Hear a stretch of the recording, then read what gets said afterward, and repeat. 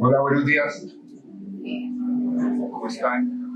Bueno, ya la sala se ve llena, me alegra mucho. Ese siempre es lo más importante al empezar. Así que muchas gracias a todo el público por estar acá, por acompañarnos. A los panelistas, por supuesto, por su tiempo, su dedicación para acompañarnos el día de hoy para hacer esto posible. Por supuesto, a nuestros patrocinadores. Gracias a ellos podemos lograr este espacio y este evento que es posible. Así que Scotia Banco de Patria, muchas gracias por su lead sponsorship de este evento. El BID Invest, la Green Fund, Ambar, S&P Global y a nuestros colaboradores y a nuestras entidades aliadas, las Naciones Unidas de Colombia. Saving de Amazon y la Bolsa de Valores de Colombia. Así que muchas gracias. Este espacio, rápidamente le va la palabra a Sean, pero este espacio es lo que sirve, esta serie de Connect es una serie de eventos regionales alrededor del mundo. Tenemos uno en Londres, en Hong Kong, a nivel asiático y por supuesto en Norteamérica. Así que este hace parte de toda la región latinoamericana, es para toda una discusión de todo el tema de las finanzas sostenibles. Así que los dejo con nuestro CEO, fundador y visionario de la ETS Climate Bonds, Sean Kelly.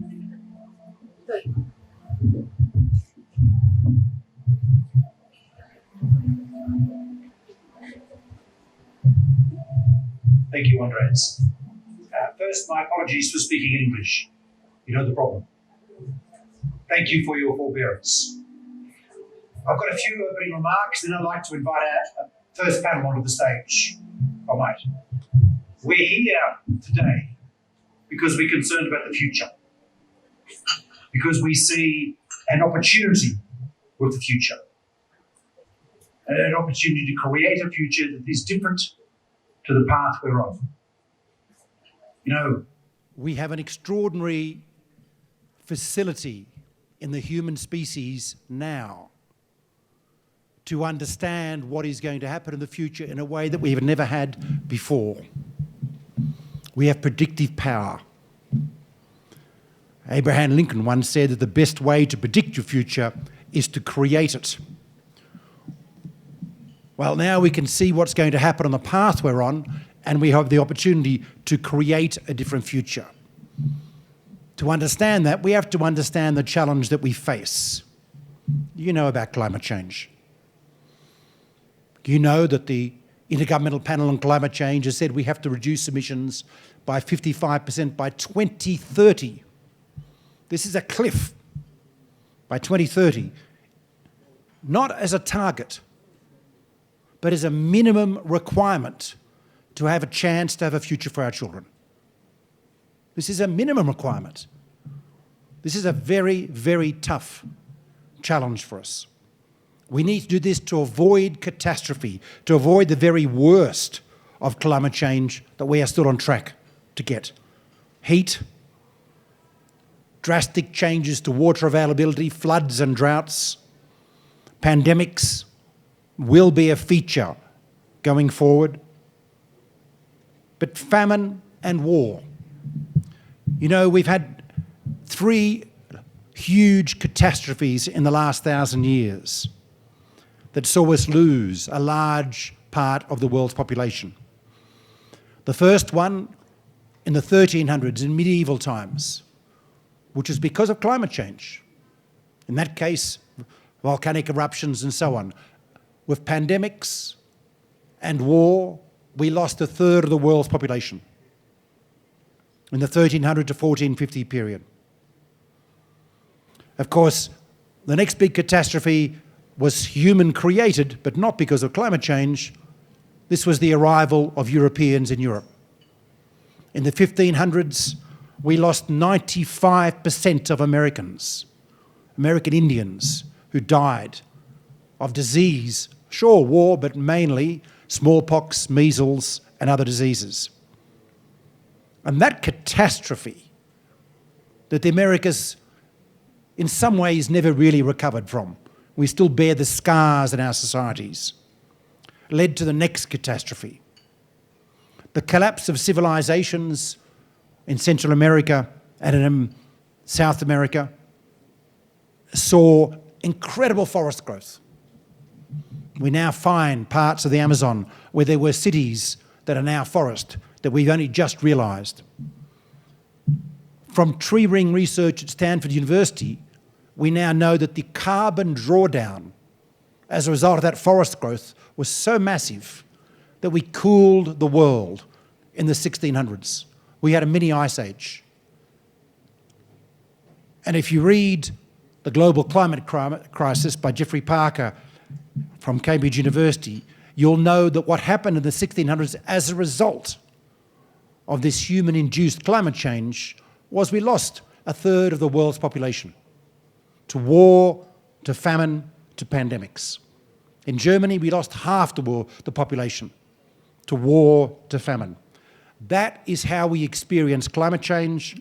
That is the world we risk going into now, unless we take drastic action. And bear no mistake, we already have climate change. We already have severe impacts. The World Meteorological Organization said a few weeks ago that we will see 1.5 Celsius warming by 2027. That's a few short years. That was meant to be 2050. Things are going fast. We now need to prepare, even on the very best scenario. We need to prepare for drastic changes to our climate, to our world, to our coasts. I'm going to tell you now that the beachfront at Cartagena is going to be underwater in a few years. Those tidal surges that we already experienced with the rich hotels in Cartagena are going to get worse and worse and worse in the next few years. If you've got property investments, be careful. Make sure resilience is built into the program. Of course, our economy will change as well. And then lastly, we are in the middle, again as a result directly of human impact, of what scientists now call the sixth great extinction. The previous extinctions of species have been as a result of meteors or volcanic eruptions or other changes. This one is human created. We are losing species at an extraordinary rate. A third of the world's tree species that are still around are at threat of extinction now. A third. This is extraordinary. When I was a kid, growing up in Australia, I used to drive to my uncle's farm in Western New South Wales. It was 6 hours drive. We would need to wipe the windscreen at least 2 or 3 times on the way to wipe the bugs off the windscreen that would smash as we were driving through the evening. Now you drive the whole way. You don't need to clean the windscreen. That is a collapse of biodiversity, is what's going on. The consequences of this are unimaginable. We will hear more about that from our panellists going forward. This is the challenge we face. This is not a small challenge.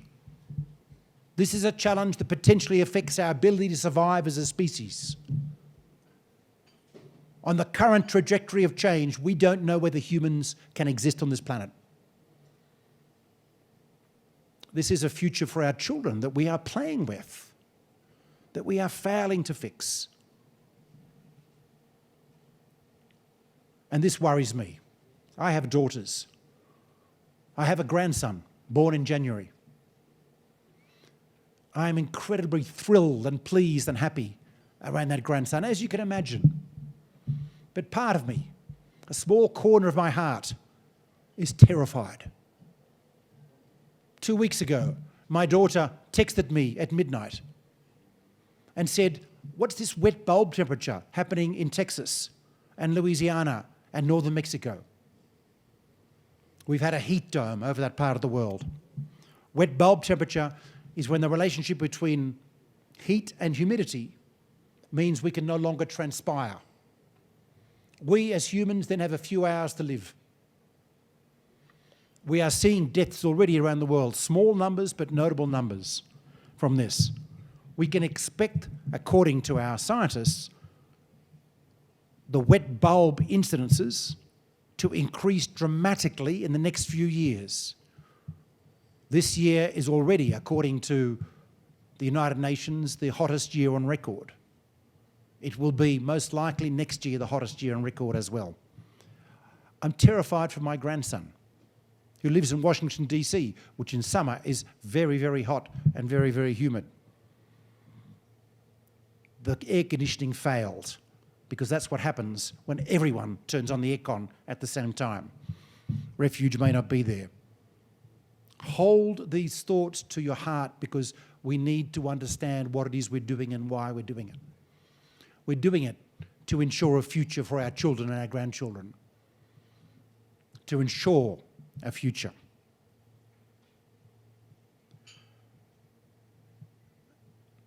There have been some wins. We are making some progress. It's enough to give us energy to go forward. We've seen, for example, in the energy sector, dramatic interventions by Germany first, then China, in commissioning renewable energy in the last 20 years, which has driven down the cost. Large-scale procurement drives down costs. That costs, subsidised by the states and consumers initially, has now led to a situation where solar is so cheap in the US that Republican counties who do not believe climate change exists are abandoning gas plants to build solar because it's cheaper. That's how we achieve change in the world. We make things financially the right path to go. We've now seen the massive growth in the last year of green hydrogen plants. That's because solar is so cheap, and some governments, like the US, are providing massive subsidies. It is linked to the reduced cost of energy. We've seen, thanks to strong state action in China, the massive growth of electric vehicles. BYD is now the world's largest electric vehicle company, but a few weeks ago I was in Shanghai signing an agreement with the City of Shanghai Financial Centre. And I went below to an exhibition that was on. This was the largest exhibition centre in the world. In that exhibition centre was the carbon neutrality exhibition. It was purely companies working on climate change. I could not believe hall after hall after hall after hall. I went in just to the auto hall. There were 20 companies with electric vehicles, 20. 5 of them were foreign, international. The rest were all domestic, and they weren't would-be plans. They were real cars on demonstration. You could get in and drive. It was extraordinary. The change to our auto industry is going to be incredible, because the Chinese, as a result of state policy, are driving down the cost of batteries, of cars, and so on. The rest of the world will reap the benefits. You won't be buying petrol-based cars in Bogota in 2030. You'll be buying electrics because they're cheaper. They're already cheaper to run. And range is doubling. Toyota's just announced a new patent for solid-state batteries, which will see a doubling of range and a reduced weight and much safer. For example, and as a result, the future for the oil industry is limited. The future for the coal industry is limited. Yes, we're going to get changes like that. Yes, in the last year, thanks to a war in Ukraine, we've seen a spike in profits from petrol and oil companies, but I'm going to tell you, there is no long-term future. Make money while you can. In the next 7 years, over the next few years, that will change. And I guess this is the second great win that we have now. Thanks to the 2030 commitments at the Biden Climate Summit by the major countries of the world, 2030 commitments, not 2050, thanks to these changes I mentioned, amongst investors now, there is certainty that the world will be green, that the transition is coming. The only question is the speed. And of course, who will be the winners and who will be the losers? How do you tell? The world is going to change very quickly. The economy is shifting into a different gear, thanks to the strong state action. In the US, the IRA, the Inflation Reduction Action, is galvanizing industry in Texas, in Louisiana. In states that are Republican states, there's no way it'll be rolled back now, because Republican congressmen are finding jobs being created in their districts. But this is also the case in Europe with the Repower EU program, and in China with massive investments, invested more this year in renewable energy than ever before, and more than any other country on the planet by a long way. And then Japan with the GX program, which is as big as the IRA in the US. Extraordinary changes underway now, which will see very different economic opportunities going forward. We're seeing the change with development banks and the support for green. Listen to Janet Yellen talk about what she wants to see from the World Bank, from the Inter-American Development Bank. She's laser focused on shifting those banks to look at climate, not just mitigation, but resilience as well, preparing for the future. We know we need a lot of capital, about $90 trillion required globally by 2040 to shift the world to green. 70% in emerging markets. But we have the capital, and it wants green. The proof of that, of course, is the green bonds market. If you do green bonds, you will get greater subscription levels. If you do it in hard currency, you get price benefit, and above all now, you will start getting access to incentives. The third great win that we have, the opportunity for us, is that we have the solutions. I am so excited by the solutions coming through. Yes, R&D we need, but we already know how to electrify the planet. We already know how to shift to clean energy. We already know how to change our industries to things like green steel, low carbon cement, chemicals that are made from organic feedstocks, to change our cities to become low carbon and climate resilient. We have the technology, we have the solutions. We simply need to apply it and make sure there is preferential capital targeted at those solutions. Of course, there are some areas we do need to think creatively. The protection of nature. Colombia, a hotspot, a repository, a safety zone for nature, an extraordinary collection of species in the world. One of the places where we haven't destroyed everything, unlike the United Kingdom, unlike most of Europe, where we have drastically destroyed biodiversity. How do we protect that? New models are needed. Can we shift to licensing pharmaceuticals for bioprospecting as a way of getting funding to protect nature? Can we get to carbon credits for forest? We must do those things going forward. But at least now we're in the middle of the discussion about how to do it. And there are opportunities in food. There are opportunities in commodities. For the green transition we are going into now, we need different commodities. We do not need coal anymore, which has been so important for the export income of Colombia. We need nickel. We need lithium. We need rare earths. We need vanadium. We need a whole pile of minerals. If you look at the European Union's Critical Resources Act, going through the Parliament now, you will see a long list of priority minerals. Countries like Colombia can be part of the supply chain for the future rather than the past. Of course, we do need some help with this. We need that guidance. And so what we will see next happening is greater clarity about what to do in this tsunami that's coming through the world, this new economic paradigm. We need clarity quickly, clarity where to invest and where not to waste time. I will tell you, gas, we're wasting time. Lithium, we are not wasting time. And so on, and so on, and so on. What does it mean for food? What does it mean for land use? We need to make sure that we're understanding the changes in climate. In Mexico, for example, large areas that have been relying on maize for 1,000 years to feed people will no longer be able to grow maize because the climate changing. Let's get ahead of that and plan and start introducing crops that have a chance of surviving the changed climate so we can ensure food will keep growing and food will continue to be exported in different places. This requires planning. In this transition, this planning for transition that is now required, in the financial sector, there are two critical roles. Banks must become institutions that enable their clients now to transition, support their clients to transition. Asset managers have to ask, they need to demand that all of the companies they invest in have a transition plan. This is risk mitigation. This is preparing for the future, preparing for the change of the economy and preparing for the impacts of climate change. Know your risks and get ready. We are helped, supported, encouraged by our regulators who understand this now.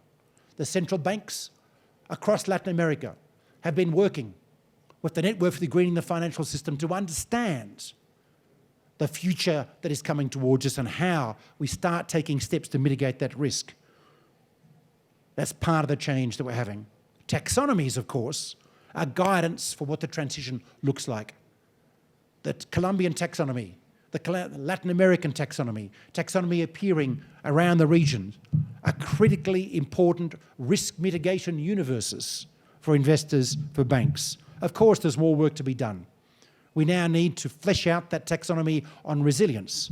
At Climate Bonds, a couple of weeks ago, we published the UN Disaster Risk and Relief, a framework for resilience taxonomy. You will see more work in the coming year on that.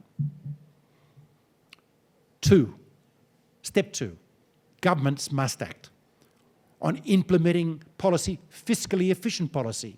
All governments are challenged now. They can mobilise capital. They need to, the Colombian government can collaborate with the development finance institutions that are now seeing their mandates change. I was sitting at a table with the Vice President of the European Investment Bank yesterday in India. They have moved to 50% investment in climate mitigation, and the rest has to be climate resilient. The IFC is 30% green. All development banks are moving in this direction. They can provide technical assistance, credit support. With the different agenda of leveraging private capital, they can be a more critically important partner to governments of the world in achieving the outcomes we need to ensure a future for our children. But we need to engage now.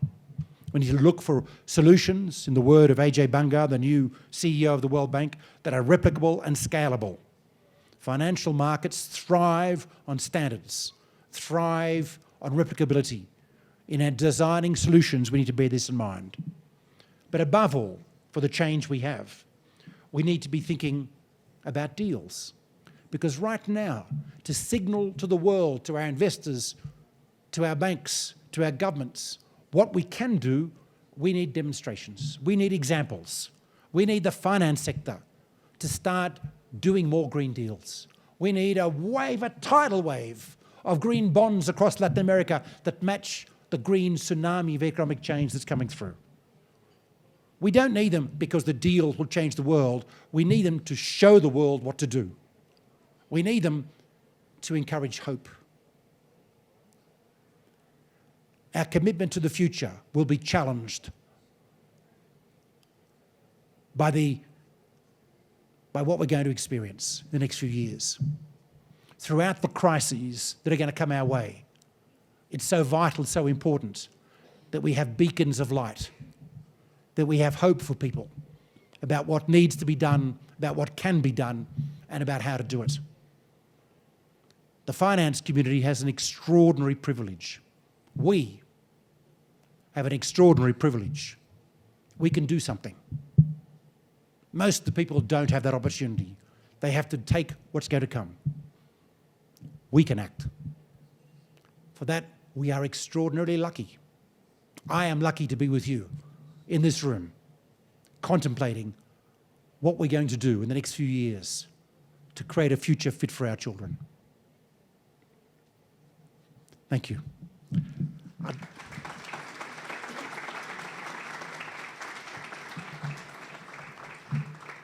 We're now going to have a panel. I'm going to invite to the stage Carlos Correa, Senior Fellow at Conservation International, Julio Giraldo, who's the Carbon Markets Lead at the Nature Conservancy, Mauricio Bedaya, Director of Portfolio Prospectus at the United Nations in Colombia, and Ana Fernanda Megushka, my apologies if I got that pronunciation wrong, who's the President of Private Capital of the Council of Competitiveness, I should say. Thank you.